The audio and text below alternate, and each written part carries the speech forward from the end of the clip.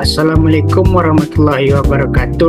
Perkenalkan, saya Fauzi Terafid dengan NIM 2433855 bersama rekan saya. Saya Belfebri Koizagi dengan NIM 2433850. Baiklah, pada kesempatan kali ini kami akan menjelaskan tentang aliran implisit incompressible dan analisis dimensionalnya.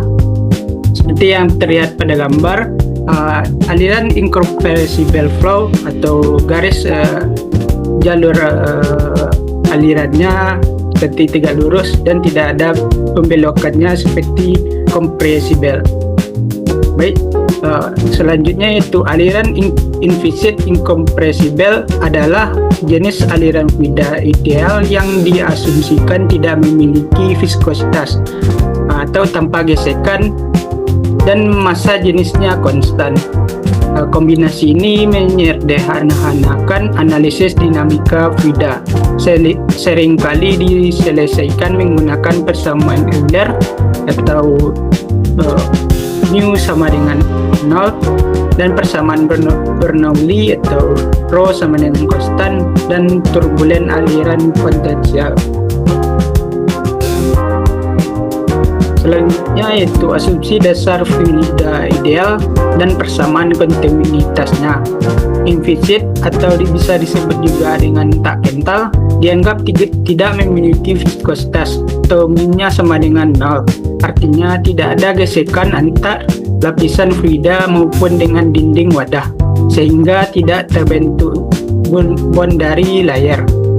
Yang kedua yaitu incompressible atau tak termampatkan. Massa jenis rho dianggap konstan. Hal ini berlaku untuk aliran dengan kecepatan rendah. Biasanya bilangan maksnya yaitu lebih kecil dari 0,3, di mana perubahan tekanan ini tidak mengubah volume fluida secara signifikan.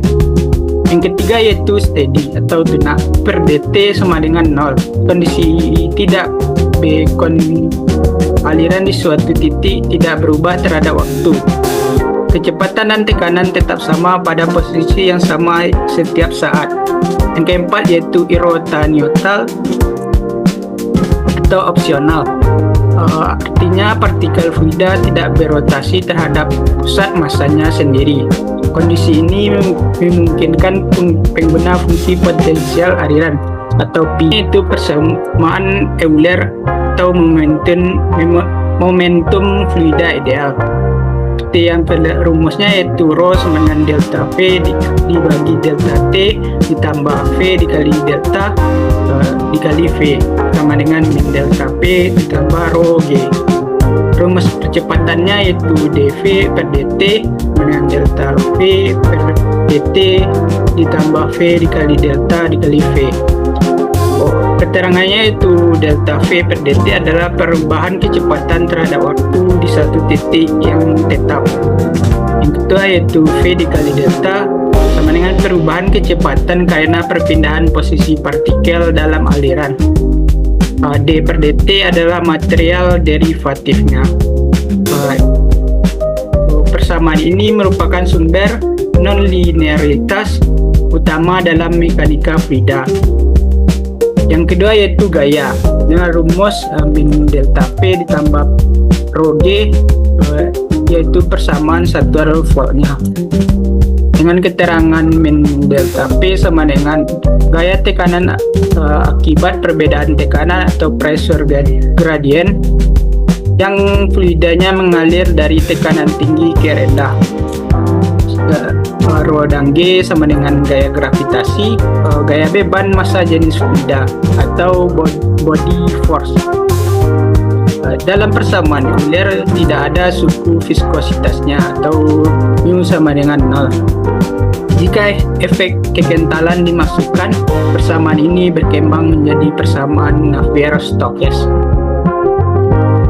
Selanjutnya komponen Cartesiannya, seperti yang pada rumusnya seperti yang pada gambar. Untuk memudahkan perhitungan, persamaan ini sering diuraikan ke dalam koordinat kartesius untuk arah sumbu X. Selanjutnya persamaan Bernoulli derivasi dan 3 bentuk. Derivasi adalah integrasikan Euler sepanjang streamline atau DS dan asumsikan implicit, incompressible, dan steady-nya. Yang pertama, tekanan. Dengan rumus P ditambah setengah P rho V2 V pangkat 2 ditambah rho GZ sama dengan C. Bentuk ini menyatakan kekekalan energi dalam satuan tekanan atau Pascal.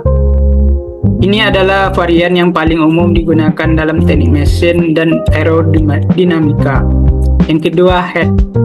Dengan rumus P dibagi rho G ditambah V kuadrat dibagi 2G ditambah Z sama dengan H.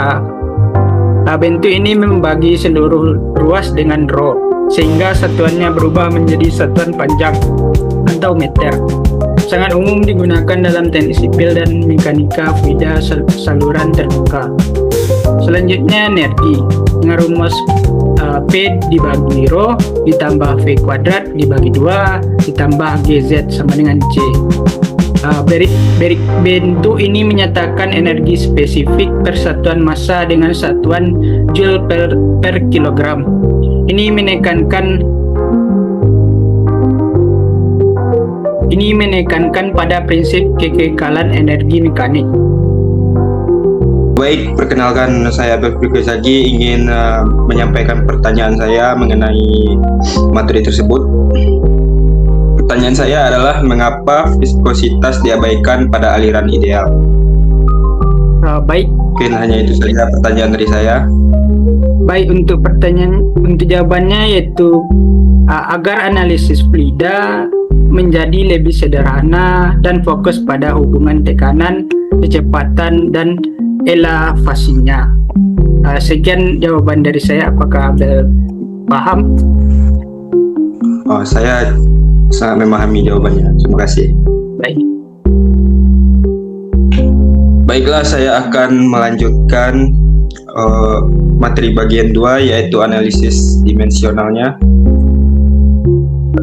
Pertama kita akan menganalisis terlebih dahulu apa itu analisis dimensional. Analisis dimensi adalah teknik matematis dalam fisika dan teknik yang digunakan untuk menganalisis hubungan antar besaran fisis serta memeriksa kebenaran suatu persamaan. Metode ini didasarkan pada prinsip bahwa suatu persamaan yang valid harus memiliki dimensi yang sama di sisi kiri dan di sisi kanannya.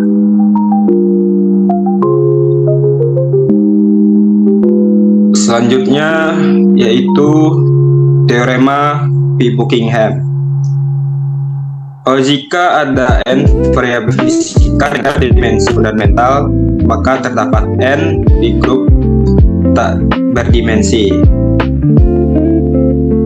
Identifikasinya itu sendiri adalah daftar semua variabel relevan yang terlibat dalam fenomena tersebut. N adalah variabel. Kemudian dimensinya, tuliskan dimensi dasar pada massa M, panjang L, waktu T untuk setiap variabel. Kemudian rank matriksnya, yaitu dengan menentukan nilai R, yaitu jumlah dimensi dasar yang independen, biasanya R sama dengan 3. Yang keempat ada representing var, yaitu pilih R buah variabel sebagai variabel pengulang. Syaratnya itu sendiri adalah secara kolektif harus mengandung semua dimensi dasar M, L, dan T. Kemudian bentuknya, yaitu kombinasikan variabel pengulang dengan satu variabel dengan sisi lainnya, lalu selesaikan eksponennya agar tidak berdimensi. Langkah keenamnya yaitu verifikasi. Kita harus memastikan setiap grup yang terbentuk benar-benar tak berdimensi, lalu tuliskan hubungan akhirnya. Selanjutnya kita masuk kepada bagian tak berdimensi utama. Yang pertama ada Reynolds number. Seperti pada digambar, kita dapat melihat rumusnya. Maka RE kecil dari 1, maka dia laminar, kemudian viskos dominan. Jadi kalau RE-nya besar dari 1, yaitu turbulen, inersia dominan. RE kritisnya adalah 2300 pipa. Kemudian penentuan rezim alirannya. Kemudian ada match number. Seperti pada gambar kita dapat melihat rumusnya. Kalau MA lebih kecil dari 0,3 itu dia sama dengan impossible valid. Jadi kalau lebih kecil MA lebih 1 compressible subsonic. Jika MA 1 maka MA sama dengan 1 dia adalah sonic atau coquette. Jika MA lebih dari 1 dia itu supersonic atau shockwave. Kemudian kita masuk ke bagian Root number. Dapat kita lihat rumusnya pada gambar. Jika FR lebih kecil dari 1 maka dia adalah subcritical. Kemudian jika lebih dari 1 dia adalah supercritical. Jika FR-nya sama dengan 1 dia adalah critical atau hydraulic jump. Aliran permukaan terbuka atau kapal terdapat pada kapal. Selanjutnya ada Weber number. Dapat kita lihat juga rumusnya pada gambar, yaitu WE jika lebih dari 1 dia adalah inersia dominan, jika kurang dari 1 dia adalah tekanan permukaan dominan. Pentingnya aliran mikro dan spray. Selanjutnya kita masuk ke bagian konsep similaritas dalam pengujian model skalanya. Yang pertama kita ada similaritas geometri. Rumusnya ada pada gambar. Semua dimensi linear itu proporsional, sudut dan bentuk identik, model dan prototipenya. Yang kedua kita ada similaritas kinematik, yaitu streamline-nya geometri identik dengan tiap titik. Kemudian rasio kecepatannya konstan, dan juga mensyaratkan similaritas geometri struktural sama jika unsteady. Ketiga ada similaritas dinamik. Semua bilangannya itu sama di tiap titik. Kemudian komplit, RE, FR, MA, WE semuanya sama. Dan similaritas dinamik ini syaratnya yang paling ketat di antara similaritas sebelumnya. Dalam konsep similaritas dan pengujian model skala ini kita memiliki beberapa tantangan, yaitu yang pertama adalah complete dynamic similarity seringkali mustahil. Misalnya RE dan RE kemudian FR tidak bisa dipenuhi bersamaan di model kapal. Solusinya adalah prioritaskan gaya dominan atau gunakan distorted model atau skala berbeda. Mungkin ada pertanyaan yang ingin Fauzi tanyakan? Nah, baiklah. Untuk pertanyaannya itu mengapa parameter tanpa dimensi sangat penting untuk analisis dimensional pada kesempatan kali ini. Baik, itu dikarenakan dapat digunakan untuk membandingkan berbagai sistem fluida dengan ukuran berbeda.